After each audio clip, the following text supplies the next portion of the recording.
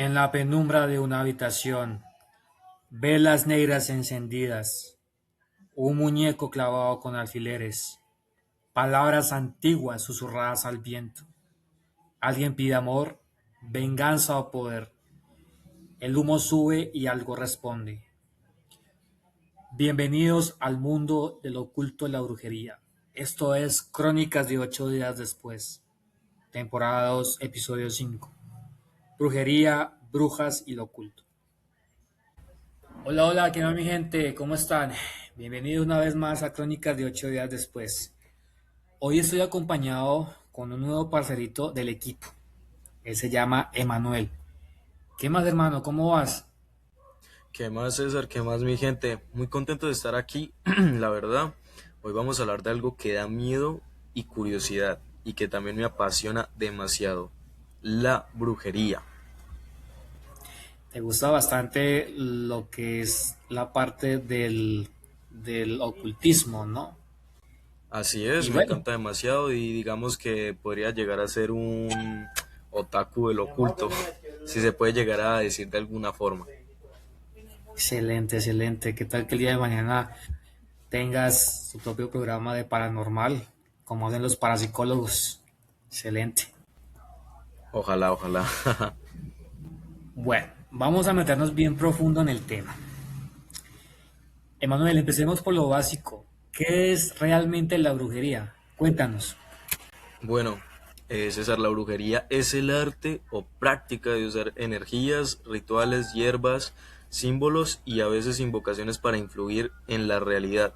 Puede ser tanto para bien, lo que es conocido como brujería blanca, Wicca o brujería del bosque, también se puede llegar a decir, o para mal, que se llama brujería negra, magia negra o magia caota, la cual es la más poderosa de todas esas, ya que es muy utilizada para hacer rituales de destrucción.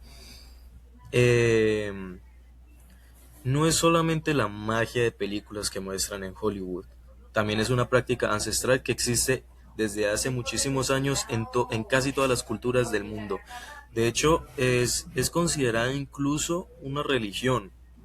Por ejemplo, como el vudú, que también se puede llegar a considerar que es un tipo de magia negra, pero en Haití y en muchos otros países es considerada una religión. Muy bien, Emma. Sí, lo que dices es muy cierto. El tema de la brujería y la magia negra se ha practicado desde hace siglos. Eso va en todas las culturas del mundo, tanto en Europa, en Asia, en África, en América. Cada cultura practica la brujería y la magia negra y procede de diferentes maneras, ¿sí? Y tenemos un tema que la gente conoce mucho y es el tema de las brujas de Salem, pasando por las curanderas indígenas hasta la santería y el palo, ¿no? Es un tema que se mezcla entre fe, miedo y poder. Y dime, Emma, ¿qué sabes de las brujas de Salem? Y bueno, de las brujas de Salem, tengo entendido que el tema principal de las brujas de Salem es que como tal no fue una sola persona, sino que fueron, por así decirlo, un homicidio, por se podría llegar a decir, esto en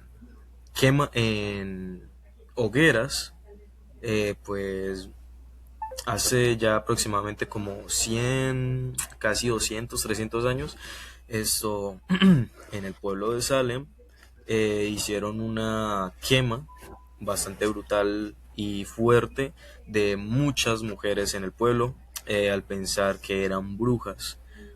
Una que otra sí pudo haber llegado a ser, pero fueron muy pocas. Y una de ellas le lanzó una maldición al pueblo, del cual se basaron en la película del mismo nombre, Las Brujas de Salem. Solamente sé eso, la verdad no sé mucho más.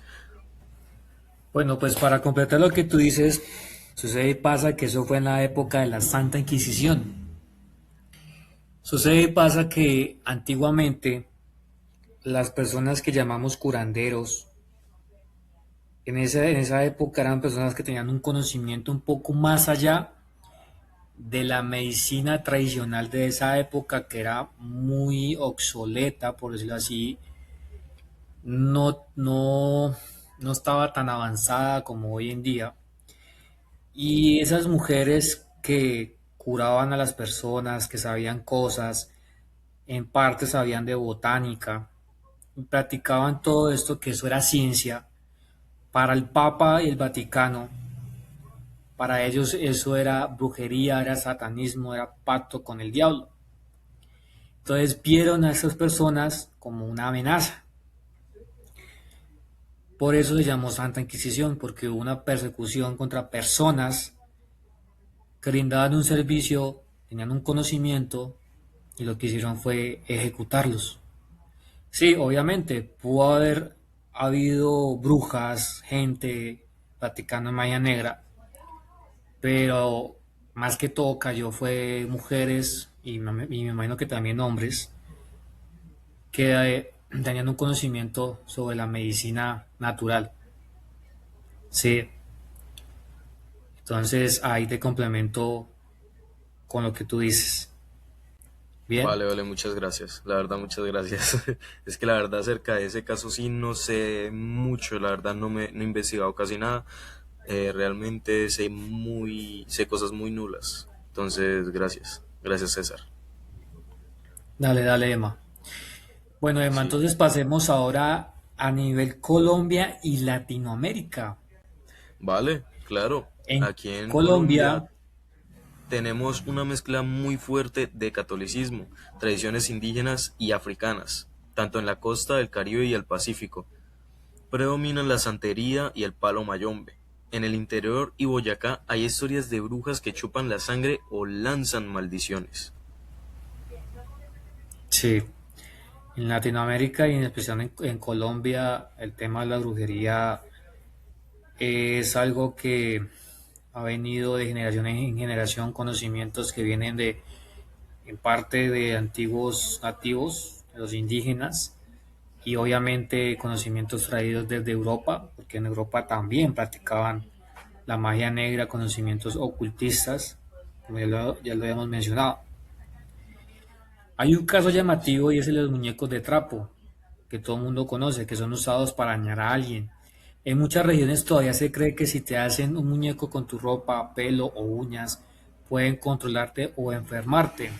Hay gente que paga a brujos para amarres de amor o para hacer daño a un enemigo.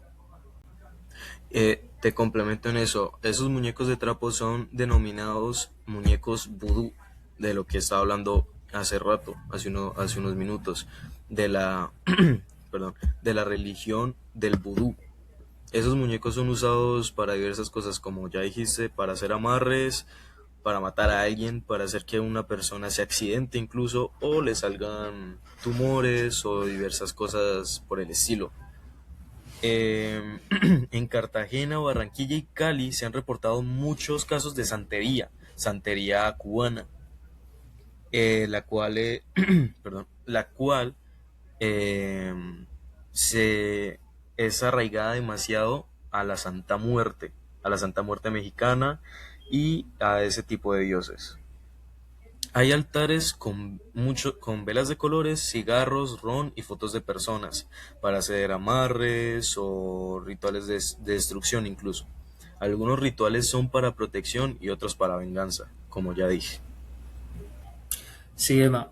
De hecho, en algunos programas paranormales se ponen a explorar cementerios, lugares abandonados y encuentran trabajos de brujería, ¿no? En los cementerios se encuentran Sí, entierros, eso le llaman de hecho, trabajos de brujería. ajá. De hecho, hay uno muy famoso que no sé si tú sepas, pero en el pueblo de Armero, las ruinas que quedan del pueblo de Armero, cerca de la tumba de Omaida, la niña que se quedó atrapada bajo los escombros. Esto dicen los policías que custodian el sitio, haber visto gente que llegan a hacer rituales, gente que llegan a matar incluso animales ahí por el sitio, o que a veces llegan a escuchar cosas cerca de la tumba. Y de hecho, si tú vas allá, también puedes encontrarte velas, muñecos, imágenes de gente y cosas así. Es bastante impactante que usen un sitio tan sagrado, se podría llegar a decir, para hacer ese tipo de cosas. Es que de hecho, Emma, los lugares sagrados son más acordes para los brujos y para las personas para hacer el mal. Y no solo eso, sino también por la carga energética que trae el pueblo, por tantas muertes que hubieron en el sitio. Entonces, claro, es un sitio bastante adecuado, se podría llegar a decir de alguna forma, para hacer ese tipo de cosas. Sí, exacto. Y bueno, Emma, dime y dinos a nuestra gente cuáles son las herramientas más usadas. Pues bueno, las velas de colores. La roja para el amor, que de hecho también existe la magia roja, que es normalmente usada para amarres o cosas así. Aunque no siempre, aunque normalmente so- solamos arraigar mucho las velas rojas a amarres y todo eso. No siempre es necesario usar una vela roja. También se pueden usar a veces velas blancas, aunque no va a ser el mismo efecto, dicen por ahí. La negra para el daño, que se usa mucho en la magia negra, vudú, en la magia caota que ya dije, o cosas así. O para hacer incluso rituales o invocaciones solamente, aunque no sean únicamente para hacer daño. Los muñecos, que son los muñecos vudús, o puppets también se les pueden llegar a decir. Hierbas o saumerios también para que, digamos, por decirlo de alguna forma, que el ritual tenga un efecto más fuerte o sea más duradero también. Fotos, cabellos, uñas o sangre de la persona a la que le vas a hacer el ritual, preferiblemente, para que sea aún más fuerte y sea mucho más difícil de cortar ese ritual o ese amarre que le hiciste a esa persona. Y símbolos también, como runas o otro tipo de símbolos usados en la brujería, los cuales son los sigilos eh, o cosas así. Y también algunos rituales son para protección, como los de la magia blanca, la wicca, la magia del bosque, la magia verde, y otros también para venganza. Lo peligroso es que muchos rituales de brujería negra incluyen sacrificios o invocaciones muy fuertes. Hay gente que termina repitiéndose porque el daño regresa multiplicado, ley del karma, o lo que mandas te regresa. Y eso sí lo tengo muy, muy presente en las leyendas urbanas, por decirlo así, que desde los abuelos, ¿no? Que dicen que cuando alguien comete una brujería y eso, pueda que cumpla su objetivo, pero la vida o la ley de la vida, la ley del karma, se lo regresa. Así es. Así es, de hecho para los rituales normalmente se suelen usar gallos, gallinas, vacas, o bueno, cabezas de vacas, cabras, que son muy arraigadas a Baphomet, uno de los reyes del infierno, o cosas así, para que la sangre del animal sea como un tipo de ofrenda para el dios o demonio que te está ayudando a hacer el ritual. Y bueno, lo de la ley del karma es bastante cierto. No siempre se te devuelve a ti, ya que eso siempre va a tratar de lastimarte de la peor forma. Entonces puede que no te dé a ti, sino que te dé a alguien muy querido, como no sé, puede llegar a ser tu hijo, un hermano o incluso uno de tus padres, en el dado caso que no sean bastante débiles, por así decirlo. De hecho, tengo entendido que entre la brujería y brujos, y eso también lo hemos escuchado mucho en Colombia y en Sudamérica, y es las personas cuando se pactan y sellan su cuerpo. Es decir, personas que sufren atentados y no les pasa nada, es porque están sellados, están pactados. Así es, así es. Eso Y por normalmente eso, lo hacen es con la magia negra, pero exacto, después eso se les va a devolver mucho peor. y tengo entendido que, pues, para ese tipo de personas el único medio es la decapitación, porque como están sellados, como están pactados, pues al cuerpo no les entra, o sea, pueda que sí los impacte y les provoque un daño, pero no les provoca la muerte. que eso es Claro, lo que así tengo es, muy pero entendido entre las leyendas urbanas y, y los cuentos de los abuelos, ¿no? claro, así es, aunque no siempre, ya que muchos, bueno, he escuchado por ahí historias en podcast de ex militares que en algunas operaciones contra la guerrilla se les era casi que imposible matar a algún cabecilla de dicha banda y hasta que tenían que usar toda la artillería pesada para ahí sí poder dar con él y matarlo. Pero bueno, Sí, sí, eso es lo que también uno escucha. Y sí. bueno, viejo Emma, cuéntanos, ¿qué diferencia hay entre la brujería blanca y negra? Ya que has Bueno, a estado ver, mencionándolo. la brujería blanca generalmente se basa en curar, proteger, atraer prosperidad, amor, buena suerte o sanar incluso.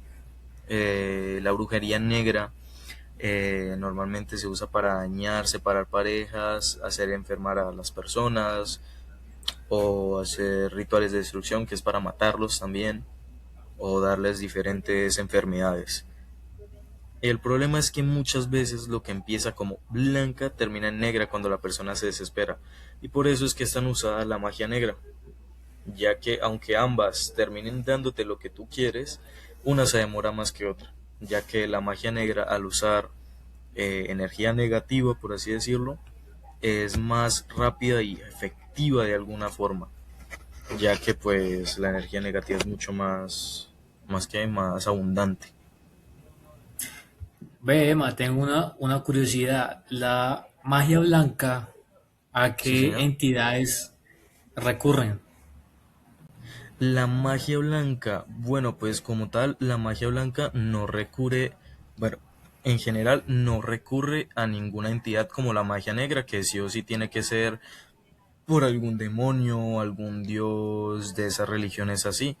La magia blanca es más que todo curativa, sanación, entonces no se usan demasiado, no están tan arraigadas a dioses, aunque eh, tengo entendido que, bueno, al ser magia, también tienen sus dioses, en los cuales, déjame recordar algunos nombres,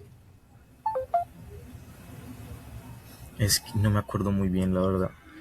Mm, ya recordé, la magia blanca, como ya te dije, no pertenece a un dios, sino que es un concepto bastante amplio. En la tradición esotérica se vincula con divinidades del conocimiento y la naturaleza, lo que sería conocido como Wicca, como Thoth o Heka en Egipto y Hermes en Grecia. Sin embargo, en la tradición judeocristiana se considera que proviene de Dios. O sea, como te dije, como tal no necesitas de un Dios, pero aún así, si tú quieres, le puedes decir a ellos.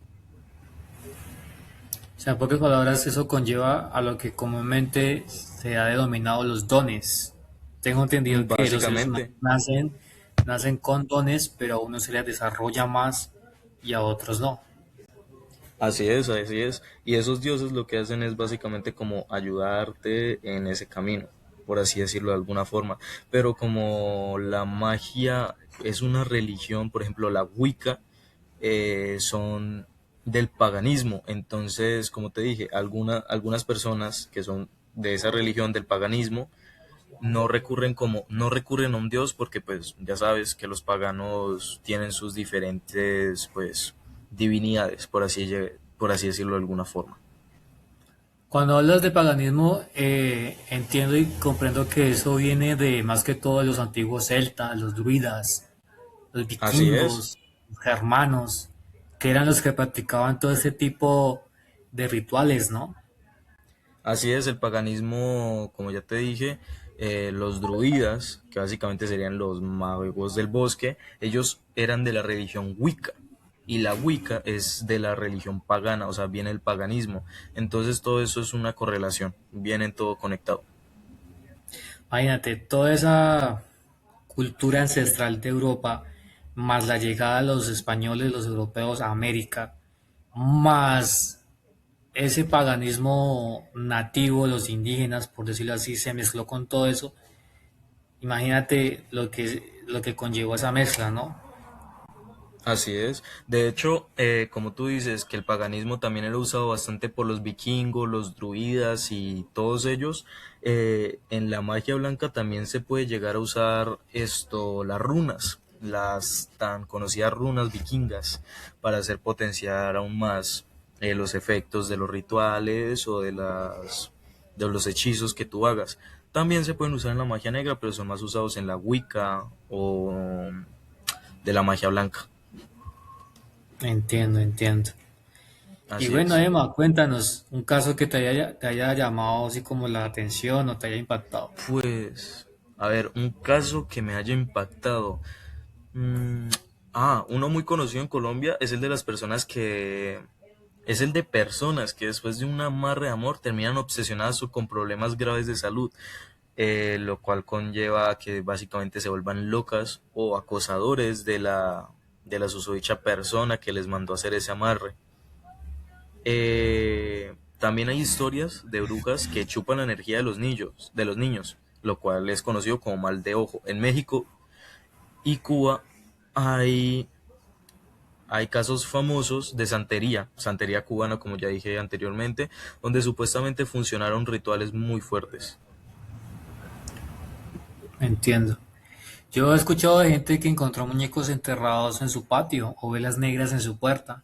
Eso genera un medio psicológico terrible, ¿no? Así es, de hecho, los muñecos enterrados, como lo dice el nombre, se le denomina, o bueno, cuando te dicen que estás enterrado es por eso. Eso normalmente es para que tu economía vaya en picada, esto no puedas progresar y en general toda tu vida te vaya mal. Sí, claro, eso influye mucho en la salud, en la Ajá. economía, en el trabajo. No, imagínate, pues una persona que sea atea o que no cree en brujería y que encuentre eso y después se haga preguntas y se diga, "Y bueno, ¿y ahora cómo yo me defiendo? ¿Qué hago? Si me están haciendo brujería, ¿qué debo hacer? ¿A dónde debo recurrir?" Pues realmente hay muchas formas para uno protegerse de la brujería, pero la más famosa es, bueno, yendo con otro brujo a que te ayude a saber qué te hicieron, qué tienes, si estás enterrado, te hicieron algún amarre o ese tipo de cosas. Sí, por lo general es recurrir a este tipo de personas para contrarrestar, ¿no? Otras personas Así es. recurren es a sacerdotes, exorcistas, bueno, cada persona según su religión y creencia, ¿no? Ujú, así es. Y bueno, viejo Emma, ¿y qué nos dice la ciencia? Bueno, pues la ciencia dice que muchos efectos se explican por sugestión, como dicen, si tú crees te va a pasar y si no crees, pues vas a estar tranquilo. Miedo y efecto nocebo. Si crees que te hicieron brujería, tu mente puede generar síntomas reales, básicamente como un tipo de caso de paranoia, estrés, insomnio, ansiedad, pero también hay un componente cultural muy fuerte en países como Colombia, donde estas creencias están muy arraigadas. Sí, sí, entre la Pero ¿tú has vivido o cultura, conocido alguna historia de brujería, César? pues fíjate que cuando estaba pequeño, mis padres, y bueno, mi madre, mucho a misas de sanación y liberación. Y yo de pequeño pues miré mucha gente en esas experiencias de misas, donde el sacerdote le hace oraciones de exorcismo y eso, gente que es curioso, sufren de posesión demoníaca o posesión de espíritus y están muy relacionados con la brujería. Personas vomitando, maldiciendo, o sea, literalmente poseídas. Eh, Y los sacerdotes, los exorcistas, los que manejan este tema, luchan contra ese mal, luchan contra los brujos, y es algo aterrador, algo que da miedo para el que no haya vivido la evidencia, es aterrador. Para la gente que ya ha vivido eso, saben cómo se siente y a qué se enfrentan. Y bueno, en mi, en mi cuestión personal, pues es curioso ese tema de cómo los sacerdotes tienen que prepararse para combatir eso, cómo lo manejan.